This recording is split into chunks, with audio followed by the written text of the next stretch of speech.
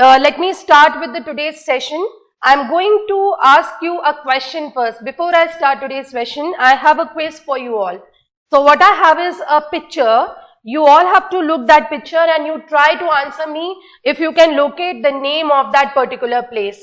Whatever it is, if you can just tell me the name of what that picture is actually about. Okay. So let me show you the picture here. Okay. So this is the picture. If any one of you can take a guess, what is this all about? Which place is this? You can see there is a water retained on one side. So it's a reservoir. Now let me give you a hint. It's a dam actually. So you have to tell me what dam it is, which dam it is. Okay. And then we'll move ahead with the topic. Any guesses? It's a Mullaperiyar Dam, very controversial dam. And the controversy is between two states, okay, the state of Kerala and the state of Tamil Nadu. So this is, let me write it over here. This is the Mullaperiyar Dam, okay, and this is the controversial dam between two states, between Kerala and Tamil Nadu. The two states which are fighting over the water of the dam are Kerala and Tamil Nadu. So fantastic, Anita, congratulations, very good. Okay, Rishika has also answered me. So what is this Mullaperiyar Dam and why we are very curious about this dam? Why do we have to read this particular topic? You will find it very, very interesting. Just give your complete attention on this particular topic. Okay, so Mullaperiyar Dam is first of all a masonry gravity dam. So what kind of dam it is? It is a masonry gravity dam. Now what do you mean by masonry? It is a dam or any infrastructure, any building which is built with the help of bricks or stones or concrete blocks. Such a dam is called as a masonry dam. तो कोई भी structure जब वो brick से या concrete block से बना होता है, उसके लिए हम word use करते हैं masonry. And by gravity dam I mean जो इस dam से जो पानी गिरता है, right? The water falls under gravity and it falls with a very high pressure, so which is used for the generation of hydroelectric power. So that is why it is called as a masonry gravity dam. Now the dam is built over Periyar river. It's a very important point, you must remember. भाई dam किसी न किसी नदी पे बना होता है, तो ये कौन सी नदी है यहाँ पर? Periyar river. Now why Periyar river is important? Periyar river is the longest river of Kerala. Just remember this. This is the longest river in Kerala और उसी longest river पर बना हुआ है ये controversial Mullaperiyar Dam. So as you can read, it is a masonry gravity dam which is on the Periyar river, which is the longest river in the Indian state of Kerala. Okay. Now इस dam के कुछ हम specific कुछ details पहले study करते हैं, then we will discuss the historical facts.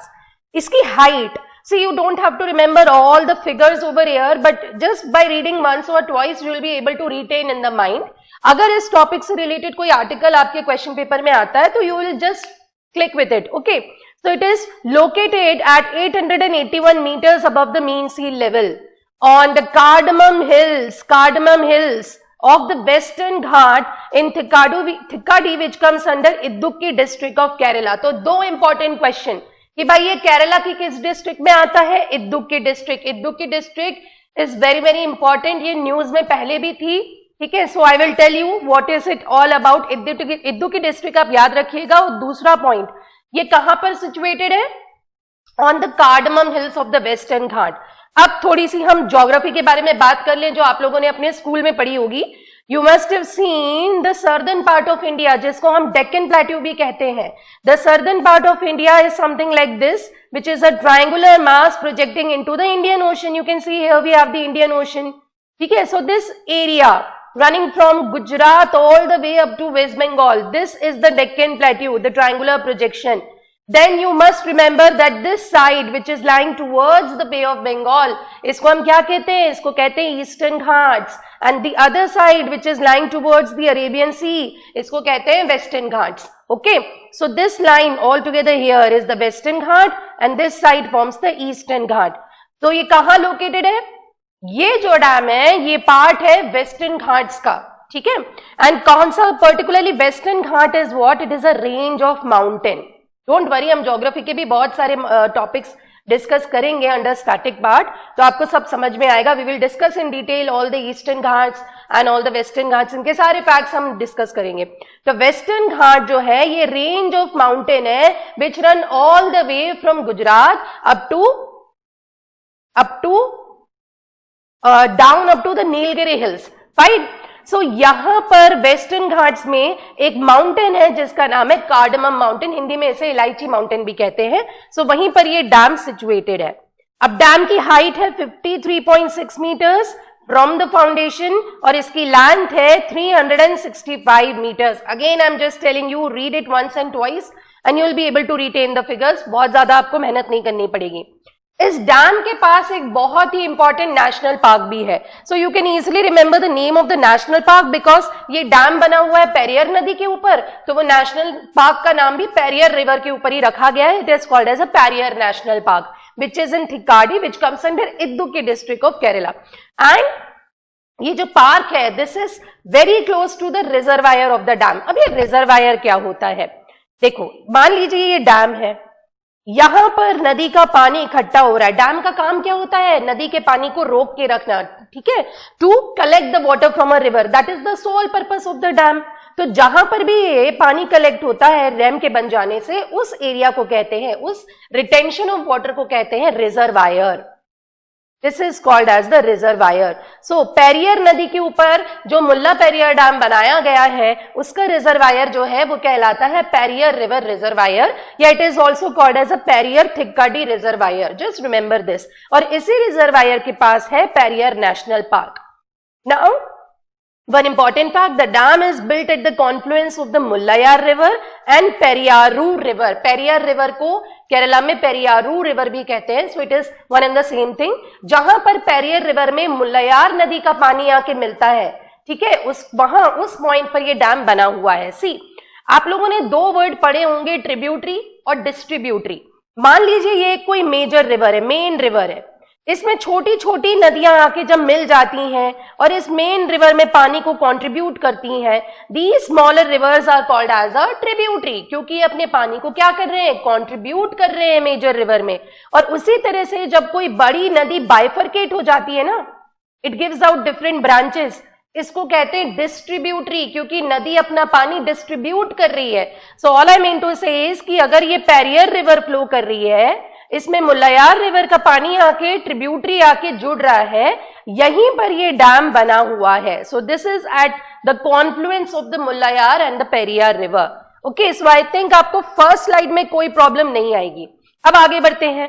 The dam is located in Kerala on the Periyar River, as I've told you, but it is operated and maintained by the neighboring state of Tamil Nadu. So again, a very important question from examination point of view. वो कौन सा dam है India का जो है तो एक state में फिजिकली, बट उसे पूरी तरह से मैनेज दूसरा स्टेट करता है? So the answer is Mulla Periyar dam. ये है केरला में, this is built in Kerala. Remember, this is built in Kerala, but it is controlled and maintained by the state of Tamil Nadu. So you'll be surprised, ma'am, how is it possible कि एक state government में वो physically present है और दूसरा state government उसको control कर रहा है? How is it even possible? This is all possible because the credit goes back to the British era. तो ऐसा पहले क्या हुआ था ब्रिटिश के जमाने में, जिसकी वजह से आज तक ये सिचुएशन बनी हुई है कि केरला के डैम को तमिलनाडु की गवर्नमेंट कंट्रोल करती है। That is the controversy all about. So that is the reason why the dam is disputed. ठीक है, आगे बढ़ते हैं। अब इसकी थोड़ी सी हम हिस्ट्री समझ लेते हैं। The dam was built in 1887 and 1895. It was built between 1887 and 1895 on the Periyar River to restore the water. ठीक है, dam totally belongs to the state of Kerala, but it was given on lease to Tamil Nadu on 29th of October 1886 for how many years? You can read it, for 999 years. चलो मैं आपको थोड़ी सी history में लेके चलती हूँ, so the topic will become very interesting. Let's go back to, just a second. Let's go back to the history. Let me explain you the location of the dam first, and I'll tell you how the dam was built and what is the controversy. Fine.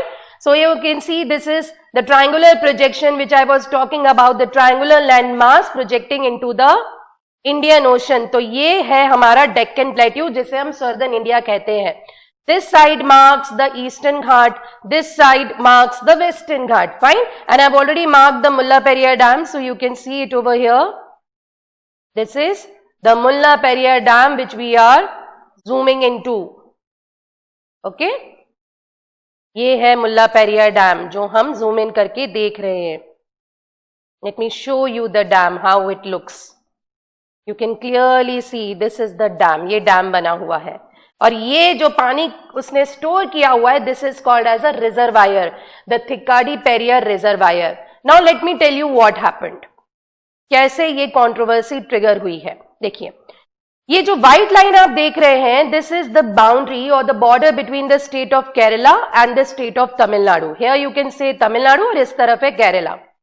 Periyar river जो थी वो इस तरह से flow करके आती थी and Periyar river was the west flowing river. जो पेरियर नदी जिस पर ये डैम बना हुआ है, इसका जो नेचुरल कोर्स था वो कुछ ऐसा था. The river used to flow from here and then it used to flow towards the west. एक बहुत इंपॉर्टेंट फैक्ट यहां पर आपको जानना चाहिए. Majority of the rivers of southern India they originate from the western side and they drain towards the east and they drain into Bay of Bengal. याद रखना, बहुत सारी नदियां वेस्ट की तरफ से ओरिजिनेट होती हैं और फिर बे ऑफ बंगाल में ईस्ट की तरफ फ्लो करते हुए ड्रेन करती हैं. But there are few exceptions. कुछ ऐसी नदियां हैं जिनमें नर्मदा आती है, तापी आती है, इवन पेरियार आती है, जो ओरिजिनेट ईस्ट में होती है और वेस्ट की तरफ फ्लो करते हुए अरेबियन सी में ड्रेन करती है. So Periyar was one among the exception. जो इसका नेचुरल कोर्स था वो कुछ ऐसा था कि रिवर इस तरह से फ्लो करके आती थी और फिर ये वेस्ट की तरफ ड्रेन होती थी इन दी अरेबियन सी. ये वक्त था, I am talking about 1885 to 1897. Even before that, 20 years before that, 1865 की बात है, जब केरला और तमिलनाडु एग्जिस्ट ही नहीं करते थे. तब हम फ्रीडम नहीं था, इंडिया को फ्रीडम नहीं मिली थी, राइट? तो उस समय I am talking about the British era, the colonial era. उस वक्त जो केरला था that was called as a princely state of Travancore. ठीक है, प्रिंसली स्टेट ऑफ ट्रेवेनकोर था. वहां के एक लोकल राजा वहां उस एरिया को रूल किया करते थे. And modern day Tamil Nadu was called as a presidency state of Madras. British government ने कलकत्ता में, बॉम्बे में और मद्रास में अपने 3 प्रेसिडेंसी स्टेट स्टेब्लिश कर रखे थे. ठीक है, so presidency state of Madras you can say was one of the main seat of the British government, जहां से वो अपने इंडियन अफेयर्स को कंट्रोल करते थे. तो again Kerala was ruled by a native ruler and it was that time called as a princely state of Travancore. And on the other hand, Tamil Nadu, it was a presidency state of Madras. So British government ने ट्रेवेनकोर के राजा को बोला कि आपको पेरियार नदी की इतनी जरूरत है नहीं, मद्रास के जितने फार्मर्स हैं उनको इस नदी का पानी चाहिए, बिकॉज केरला में और भी दूसरे बहुत सारे सोर्सेज हैं. तो ब्रिटिश ने क्या बोला कि हम एक काम करते हैं, पेरियार रिवर के ऊपर एक डैम बना देते हैं. So instead of flowing to the west, let us divert the route of the river towards the east. आप देख सकते हैं यहाँ पे. तो ब्रिटिश गवर्नमेंट ने क्या बोला, ये जो नदी यहां से इस तरह से फ्लो करके आ रही है, अब इसको हम ईस्ट में फ्लो नहीं करने देंगे, सॉरी वेस्ट में फ्लो नहीं करने देंगे, and we will divert the route of the river towards the east. ठीक है, तो ऐसा करने के लिए ब्रिटिश गवर्नमेंट ने ट्रेवेनकोर के राजा के साथ एक अग्रीमेंट साइन किया and the agreement was signed on 29th of October 1886. और इस एग्रीमेंट में ये बोला गया कि now this dam which is built by the British, which is diverting the water of the Periyar river towards Madras, towards Madurai, basically Madurai के reason को, farmers को वहां पे पानी सप्लाई करने के लिए डैम बनाया गया था. तो इसके लिए ब्रिटिश गवर्नमेंट बदले में ट्रेवेनकोर के जो नेटिव रूलर है उनको 40,000 रुपीज का एनुअल रेंट देंगी and the dam would be leased out to British for 999 years. इस तरह की कंडीशंस उस अग्रीमेंट में लिखी हुई थी. सो आई होप अब आपको पूरा क्लियर है कि ये जो रिवर है, पेरियर रिवर, इस तरह से फ्लो करके आ रही थी. इसका जो नेचुरल कोर्स था वो it was towards the west, but when the dam was built, the route was diverted towards the east so that the water could reach up to the Madurai province in Tamil Nadu. अब जैसे जैसे इस नदी को follow करेंगे, you will see it reaches up to the Madurai region of Tamil Nadu. तो ये dam का पानी इस तरह से मदुरई रीजन में पहुंचाया गया in Tamil Nadu. Okay, so I hope अब आपको बहुत क्लियर हो गया होगा picture, why was the dam built. Fine, अब हम इसके बारे में थोड़ा सा आगे बात करते हैं. Since you are now aware of the lease that it was given for 999 years to the presidency state of Madras. अब ये लीज किसके बीच में साइन हुई थी? I just told you the name of Maharaja was Vishakham Thirunal Ramavarma and the British secretary of the state, जो कि काम करते थे फॉर पेरियर इरिगेशन वर्क्स। और इस लीज के बदले में ये जो डैम बनाया था, ब्रिटिश गवर्नमेंट ने ये डिसाइड किया कि वो ट्रेवेनकोर के राजा को सालाना 40,000 रुपीज पे करेंगे and now the presidency state of Madras is going to control this. तो अब आप बोलोगे मैम ये डील तो इतनी पुरानी है, समवेयर अराउंड 119 ईयर्स ओल्ड, ये डैम इतना पहले का बना हुआ है, ठीक है। तो आज की तारीख में even after independence, even after 1947, why do the states of Kerala and Tamil Nadu they have to respect the deal? क्यों नहीं इसको स्क्रैप ऑफ कर देते? देखो, the very purpose of the deal was to provide water to the farmers of Tamil Nadu, especially in the Madurai region, क्योंकि तमिलनाडु के पास एक ही नदी है और वो है Kaveri, which is the natural source of water। इसके अलावा उनके पास ज्यादा सोर्सेज नहीं है और तमिलनाडु के किसानों को इरिगेशन के लिए बहुत प्रॉब्लम होती थी। यही सोचकर ब्रिटिश गवर्नमेंट ने अपना ट्रेड बढ़ाने के लिए उस वक्त ये अग्रीमेंट साइन करवा लिया था। इंडिपेंडेंस के बाद तमिलनाडु को लगा कि भाई ये अग्रीमेंट जो है ये तो टोटली हमारे फेवर में है, अगर मुल्ला पेरियार डैम को हम कंट्रोल करते हैं, हम मेंटेन करते हैं और बदले में यदि हम किराया दे भी देते हैं केरला की गवर्नमेंट को, so we will make sure that there is continuous supply of water of the Periyar river to our farmers. लेकिन Kerala started objecting after independence. अब केरला के बहुत सारे कंसर्न्स हैं, ये मैं आगे डिस्कस करती हूँ, ठीक है। तो आई होप आपको लीज समझ में आ गया, आपको अग्रीमेंट समझ में आ गया, फाइन। अब पर्पस भी आपको मैंने अच्छे से बता दिया। पेरियर रिवर को पेरियारू रिवर भी कहते हैं, okay. So Periyaru river which flows westward of Kerala into the Arabian Sea was diverted eastward to flow towards the Bay of Bengal. I have just shown you entire thing कि जो नदी वेस्ट की तरफ फ्लो कर रही थी उसको पानी को वहीं रोक लिया गया और काफी लंबे वक्त तक जब नदी का पानी स्टोर किया जाएगा, रोक दिया जाएगा डैम बना के, so it will naturally divert the course of the river. And it was done to provide the water to the arid rain shadow region of Madurai in the Madras Presidency, which was in dire need of the greater supply of water to the small Vagai river could provide. See in the next slide it would be clear. ये वैगई नदी जो थी ना, ये Madurai reason में एक छोटी सी नदी थी, तो इसका पानी सफिशिएंट नहीं था वहां के किसानों के लिए। तो यू कैन सी ये मुल्ला पेरियार डैम बनाने से पेरियार नदी के पानी को डाइवर्ट कर दिया गया and it ultimately supplied water to the Vaigai river so that the farmers could prosper. So I hope अब आपको पूरा इशू इसमें क्लियर है। मैंने बताया कि इंडिपेंडेंस मिलने के बाद तमिलनाडु को लगा कि ये डील तो टोटली हमारे फेवर में है, लेकिन केरला को इसमें कुछ प्रॉब्लम्स होने लगी।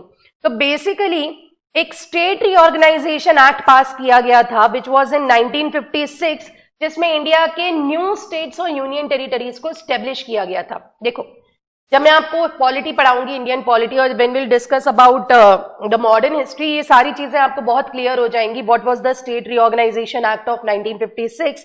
अभी के लिए सिर्फ इतना समझ लो, even after independence the main question before our leaders was कि इंडिया में इतने सारे प्रिंसली स्टेट्स हैं, इनको हम एडमिनिस्टर कैसे करें। तो फाइनली जवाहरलाल नेहरू जी का आइडिया था कि एक एक्ट पारित किया जाए और इंडिया में फाइनली मर्जर करके कुछ नए स्टेट्स बनाए जाएं।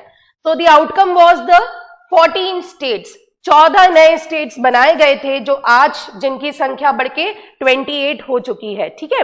तो इसी स्टेट रीऑर्गेनाइजेशन एक्ट के बाद वो जो प्रिंसली स्टेट ऑफ ट्रेवेनकोर था वो कहलाया केरला, और जो प्रेसिडेंसी स्टेट ऑफ मद्रास था वो कहलाया Tamil Nadu. So just remember this.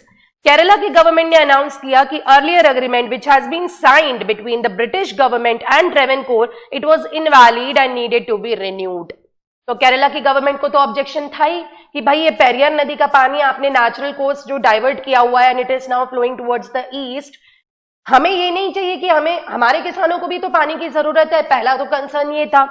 और केरला की गवर्नमेंट का दूसरा कंसर्न था डैम की safety. Now we come on to the main topic, dams safety. The major issue with the Kerala's government was dams safety, because when the dam was built in 1897, जब वो बनके तैयार हुआ, तब से लेकर after the independence of India काफी लंबा वक्त हो चुका था, ठीक है। और जब वो बनाया जा रहा था तब ये बोला था कि ऑलमोस्ट 50 इयर्स जो डैम की लाइफ होगी ना, it will be maximum 50 years. लेकिन अब आप देख रहे हैं कि dam has survived much longer than its life.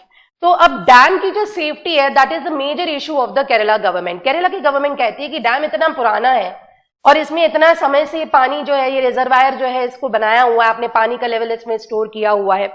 जिस दिन यहाँ पे कोई नेचुरल डिजास्टर हो गया, सपोजिटली अर्थक्वेक ही आ गया या बहुत ज्यादा रेनफॉल हो गए, जैसा कि हुआ था केरला में 2018, you must have heard about that, about the Kerala floods of 2018। तो अगर ऐसा कुछ नेचुरल कैलामिटी होता है तो डैम के डाउनस्ट्रीम में जितने भी सेटलमेंट्स हैं, केरला के जितने भी लोग हैं which are present on the downstream of the dam, downstream मतलब जो जहां से रिवर का ओरिजिन होता है, that's called as an upstream. तो यहां के जो लोग हैं उनका क्या होगा? All the settlements will be destroyed.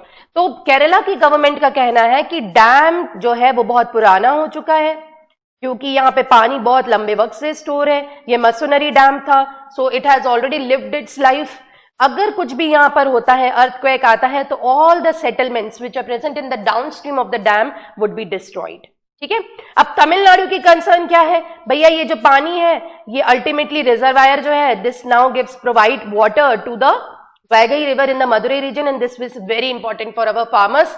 तो ये केरला की कंसर्न अपनी जगह, लेकिन हमारी कंसर्न भी अपनी जगह। भाई हमारे किसानों को पानी नहीं मिलेगा तो इरिगेशन कैसे, इरिगेशन नहीं होगा तो obviously they would face the loss in the crop production. So these two states are now continuously proposing their own sides and now they have their own what to say, they have their own reasons, right? तो ये बार बार Supreme Court के सामने जाकर दोनों ही states अपनी appeal कर रहे हैं। Finally 18 you can read here in 1970 ये जो लीज अग्रीमेंट जो साइन हुआ था 1886 में, उसके बाद कई बार even after the independence Kerala की गवर्नमेंट ने इस अग्रीमेंट को रिन्यू करने की बात कही थी।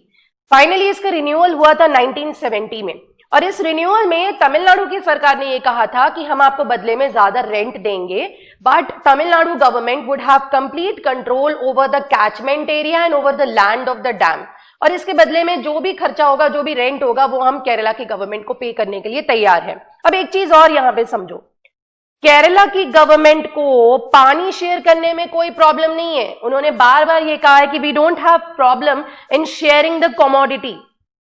ठीक है, पानी को शेयर करने में हमें कोई प्रॉब्लम नहीं है। Our only concern is the safety of the dam. ठीक है, डैम की सेफ्टी। तो केरला की सरकार का कहना है कि रिजर्वायर में जो पानी का लेवल है, this should be optimum, this should be maintained up to the level, उतना ही लेवल आप अलाउ करिए पानी का रिजर्वायर में which is not harmful, which does not provoke a natural disaster. बहुत ज्यादा पानी अगर आप रिजर्वायर में स्टोर करेंगे, यदि उसका लेवल बढ़ा देंगे, तो this may ultimately lead to the natural disaster. कुछ ना कुछ यहां पे हो सकता है and that would cause harm to the property and the people of Kerala in the downstream. वहीं तमिलनाडु की गवर्नमेंट का कहना है कि यदि हम लोअर लेवल रखते हैं रिजर्वायर में, यदि हम कम पानी का लेवल रखते हैं, तो that would not be enough for the farmers in the Madurai area. तो हमें एक ऑप्टिमम लेवल पानी का बना के रखना पड़ेगा ताकि हमारे फार्मर्स तक ये पानी का सप्लाई पहुंचे। अब दोनों ही स्टेट्स अपने अपने रीजंस दे रहे हैं and this issue stands still. Okay, अब हम पेरियर रिवर के बारे में यहां में कुछ फैक्ट्स आप पढ़ लीजिए क्योंकि काम आ सकते हैं आपको। The Periyar river is the longest river which I have told you, जिसकी लेंथ है 244 kilometre. Okay, it is also known as lifeline of Kerala. Just remember this. Which river is called as lifeline of Kerala? It is the Periyar River. It is one of the few perennial rivers in the state. Perennial. Okay, let me tell you fast. Seasonal river वो होती हैं जिनमें monsoon season में या जब rainfall होती है तब ज्यादा पानी होता है। ठीक है, so the rivers which are dependent on the monsoon for the adequate supply of water, whereas the rivers which have the continuous flow, a constant flow throughout the year and they do not depend on the rainfall, such rivers are called as a perennial river. तो Periyar river कैसी नदी है? Perennial है, इसमें साल भर पानी रहता है। It is not just dependent on the monsoon. यदि रेनफॉल एवरेज एनुअल लिमिट से ज्यादा हो जाता है तो इन नदियों में फ्लड्स आ जाते हैं और वही हुआ था 2018 में। 2018 फ्लड्स केरला में इसी वजह से आए थे because their average annual rainfall exceeded to the much higher level. Okay, and वहां पर उस वक्त जो फ्लड्स में जो फ्लड्स आई थी जिन रिवर्स में, उनमें से एक थी पेरियर और एक थी Pamba river. It's also very important region, very important river for the region. And ये जो नदी है it is very close to the very famous Sabarimala temple, if you have heard the name of the temple. Okay, now Periyar River originates from the Sivagiri hills of the Western Ghats. Sometimes they may ask these type of questions and flows through the Periyar National Park. इस major river, जो Periyar river की जो tributaries हैं उनके नाम आपको याद रखना पड़ेगा. These are the tributaries. Okay okay, now let's move on. अब अपडेट क्या है, अब देखो कैसे ये पूरा कंट्रोवर्सी आगे बढ़ा. Now let me tell you what happened. देखो, केरला की गवर्नमेंट बार बार सुप्रीम कोर्ट के सामने जाके कह रही थी कि भाई हम रिजर्वायर में पानी का लेवल नहीं बढ़ाएंगे. वहीं तमिलनाडु की गवर्नमेंट बोल रही थी कि हमें एक ऑप्टिमम लेवल चाहिए पानी का, so that the water adequately reaches to our farmers. What happened in year 2003, the government of Kerala they passed an act. उन्होंने एक एक्ट पास किया और जिस एक्ट का नाम था Kerala irrigation and water conservation act of 2003. I am talking about year 2003. 2003 में उन्होंने ये एक्ट पास किया, Kerala irrigation and water conservation act. ठीक है, अब इस एक्ट में उन्होंने क्या बोला, उस एक्ट में उन्होंने ये बोला कि मुल्ला पेरियार डैम एक एंडेंजर्ड डैम है. एंडेंजर्ड मतलब जो खतरा साबित हो सकता है. ठीक है, एंडेंजर्ड है और इसको लिस्ट कर दिया एंडेंजर की कैटेगरी में. जब उन्होंने ऐसा किया, so Kerala placed many restrictions on the work of the dam, on the maintenance of the dam, so that the government of Tamil Nadu was not having a free hand to work in the dam. समझ रहे हो आप, केरला ने तमिलनाडु को restrict कर दिया था मुल्ला Periyar dam में काम करने से, उसके मेंटेनेंस को लेकर, क्योंकि केरला का कंसर्न था कि तमिलनाडु जो है वो पानी का लेवल ज्यादा करना चाहता है, this we won't allow. Okay, जिसके रिस्पॉन्स में तमिलनाडु की गवर्नमेंट जाती है सुप्रीम कोर्ट के पास. सुप्रीम कोर्ट को वो अपने रीजंस बताती कि भाई हमारे किसानों को पानी नहीं मिलेगा. तो 2006 में इन ईयर 2006 सुप्रीम कोर्ट का एक डिसीजन आता है. सुप्रीम कोर्ट बोलता है कि रिजर्वायर में पानी का लेवल रखना पड़ेगा आपको 142 फीट. ठीक है, the recommendation by the Supreme Court was to maintain 142 feet of water. जो पानी का लेवल है, the level should be up to 142 feet. ठीक है, ये बहुत ज्यादा था, जिसके रिस्पॉन्स में केरला बोलती है कि जो हमने 2003 में एक्ट पास किया था, that was the Kerala irrigation and water conservation act, उस एक्ट में हम एक अमेंडमेंट करेंगे. So they did the amendment in year 2006 and they said कि no, this dam is endangered dam and we do not agree to raise the level of the water in the reservoir up to 142 feet. We don't agree with this, but we will keep the level of water up to 136 feet. Supreme court ने क्या बोला, 142 feet तक पानी का level बढ़ा दो. केरला ने क्या रिस्पॉन्ड किया, केरला ने बोला we will allow only 136 feet, क्योंकि raising the level up to 142 feet it would harm और it would cause unnecessary disaster और लोगों की जान को खतरा हो सकता है. ठीक है, उन्होंने डैम सेफ्टी एक्ट को पास किया और बोला कि हम तो केवल 136 फीट ही अलाउ करेंगे. तो फाइनली ऑब्वियसली तमिलनाडु जो था फिर से गया सुप्रीम कोर्ट के पास और बोला उन्होंने Kerala is not following your decisions. और ये सब कुछ चलता रहा, कई साल निकल गए, कभी केरला कोर्ट गया, कभी तमिलनाडु कोर्ट गया, तो यही सब चलता रहा. बीच में बहुत सारे रिकमेंडेशंस आए सुप्रीम कोर्ट के, बहुत सारी कमिटीज भी बनी. ठीक है, जब 2018 में फ्लड्स आए, उस समय भी सुप्रीम कोर्ट ने एक डिसीजन दिया था. अच्छा, before that just read about this. 2014 में जब दोनों ही स्टेट अपने अपने रीजंस को लेकर सुप्रीम कोर्ट में बार बार गए, तो सुप्रीम कोर्ट ने ये बोला था, okay let us raise the water up to 139 feet.